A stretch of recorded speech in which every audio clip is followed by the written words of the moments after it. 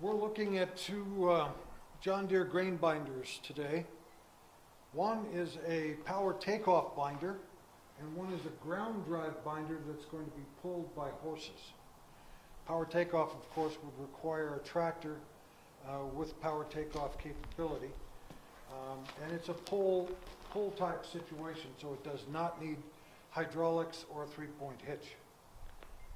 The first binder here, the power takeoff binder, is featuring a bull wheel. That's the big wheel on the inside. That's a rubber tire. This is a late model John Deere binder. It looks like it may have a 9 or 10 foot cut on the cutter bar.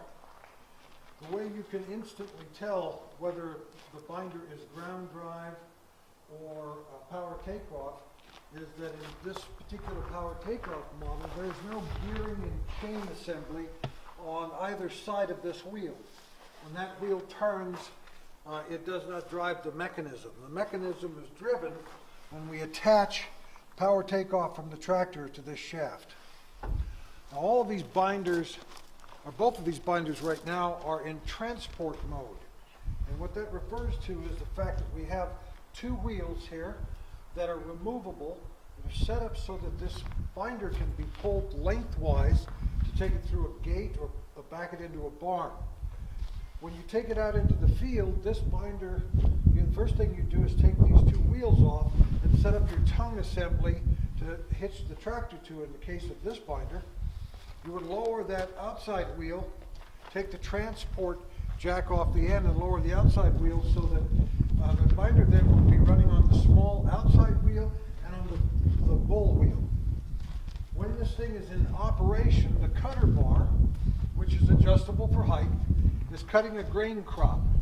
The reel, which is adjustable for height, is spinning off the gearing assembly, and it lays that grain as it's cutting back on the table. Now that table has a roller on either end, and it's set up so that a draper or canvas, like what we see behind us here, is fastened on that, and that canvas draper works like an escalator, and it'll take the grain that has been laid down on the canvas and convey it up into the assembly here, where two opposing canvases or drapers carry that grain up inside here and over to the knotting mechanism. So the grain is all bunched at this point. When it gets to a certain density, it trips the knotter, and a twine is tied around that bundle. That bundle is then dropped on the outside here to a bundle carrier. You see the bundle carrier laying over here on the gravel. Bundle carrier is operated by a foot pedal where the binder operator sits there. There's a foot pedal. When you raise that pedal up, this assembly will, the bundle carrier will drop and lay down a whole bunch of bundles. Usually 4 to 6 bundles would be dropped in each passage. That way you can have the bundles of grain that have been harvested and tied together aggregated in one spot to make it easier when you're picking them up to take them to a thrashing machine.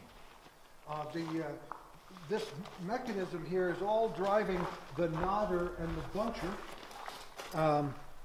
It's a fairly complex system that the knotter that was originally designed by McCormick for the first binders hasn't seen too much improvement to the modern day balers that we use now. It's basically the same assembly that works here to tie that off. On the back side over here, there's a housing that carries balls of twine. The twine is threaded through. It's all timed for the mechanism so that you're tying off the bundle with the right tension. This hand crank here raises and lowers what we call the bull wheel, so where it's in traction mode. So you could raise this up in the air to be able to take these two carrier wheels off and put that bull wheel in contact with the ground. These binders are set up, they're fully adjustable so that these handles will change the height of the reel, how far forward the reel is for the crop. It will change the height of the cutter bar bed assembly. It will change the length of bundle that you make in this chamber so that if you have long straw, you can move this board and change this chamber so that the twine is always in the middle of your bundle and not at a tail end and with a tendency to fall off. So let's go over here and look for a second at the ground drive binder and see how it's different.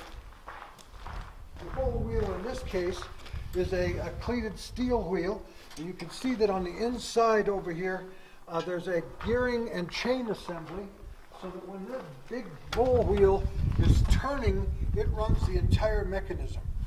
In the case of this binder, I happen to know that the late Ivan Romanoff had completely restored this binder, and you see he's got some spare tires off a Toyota or something here for the transport wheels. Those would be taken off just as with the PTO binder, so that when you're going through the field, the only traction is the bull wheel and the end wheel. In this case, this is a John Deere grain binder that we can tell by the signature on the relief plate. It was actually made in Ontario, Canada. It's a Canadian model. And it's been restored immaculately. I mean, the canvases, you can see here, these two canvases or drapers are in place. They're loose. They need to be tightened if it's actually working. But this assembly works in opposition, so that this bottom canvas is moving up. This one is moving up on the inside, and it carries the grain up flat into the chamber where it's gathered together, tied off in a bundle, and then dropped into the bundle carrier. Well, now I say we go have a look at the thrashing machine.